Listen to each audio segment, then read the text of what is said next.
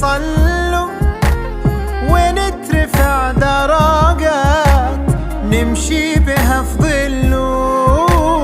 صلوا صلوا صلوا على رسول الله طه